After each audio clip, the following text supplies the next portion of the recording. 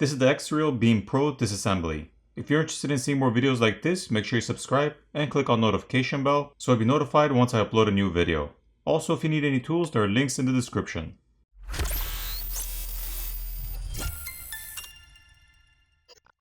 First, the microSD tray needs to be removed.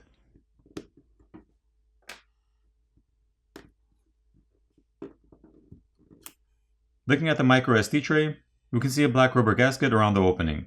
There is also a 5G and LTE version which would support SIM cards.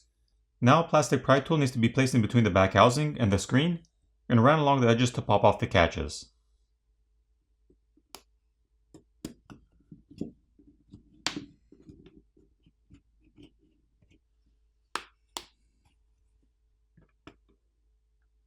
The back housing is made of plastic. The camera lens covers can be replaced by applying heat and prying them off, so you don't need to take apart the Beam Pro to replace those. There are 17 Phillips screws which need to be removed.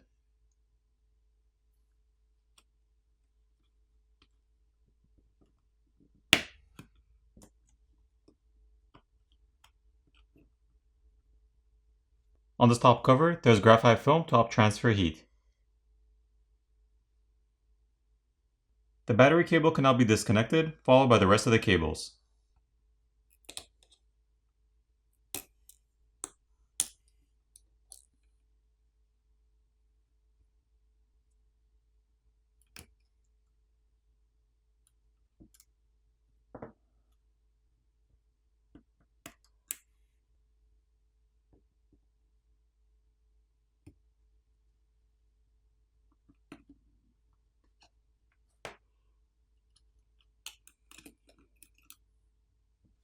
Looking at the main board, we can see a secondary microphone on the top, the LED flash, as well as rubber gaskets around the connectors. There's some copper tape over the shield to help transfer heat. The proximity and ambient light sensors located on the other side, and we can see the 8 megapixel front facing camera. There's additional copper tape on the back covering the SIM and memory card reader, as well as thermal paste to help transfer heat. Once the removable shield has been removed, we see additional thermal paste on top of the RAM and processor. Here's a better look with the thermal paste removed. The dual 50 megapixel 3D cameras do not have OIS or optical image stabilization. To remove the battery, there's no pull pouch or pry tabs to help you pry it off, so you'll need to apply some isopropyl alcohol around the edges of the battery and let it sit for about 30 seconds to a minute so it eats away at the adhesive underneath, making it easier to pry it off.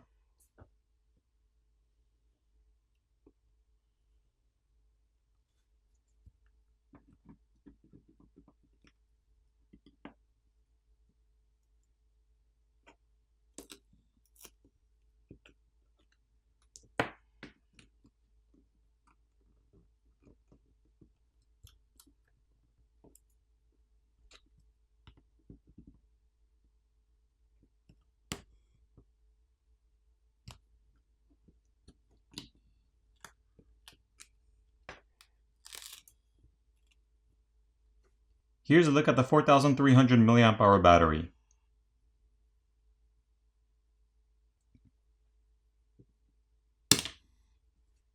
Once the battery has been removed, we can see the flex cable for the screen which is routed to an opening in the midframe, as well as this flex cable which connects the main board to the subboard.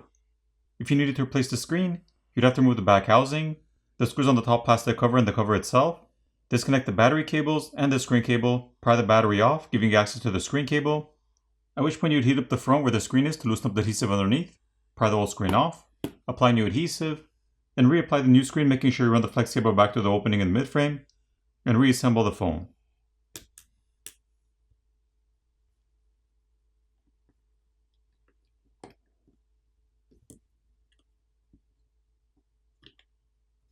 So looking at the subboard, we can see rubber gaskets around both of the USB-C ports, as well as the connector, and the primary microphone is located over here.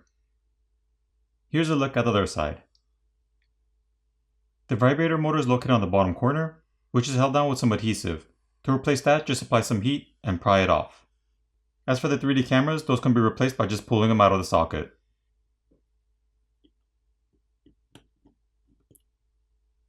To replace the flex cable for the volume keys and power button, just gently peel it off the frame.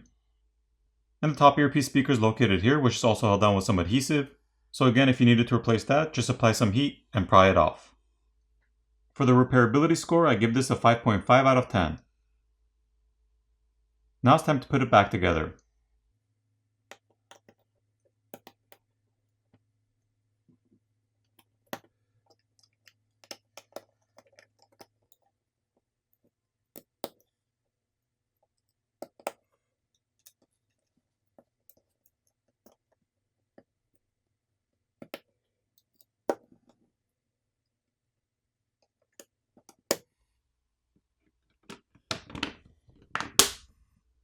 Once everything's back in place, flip it over, power it on, and you're done.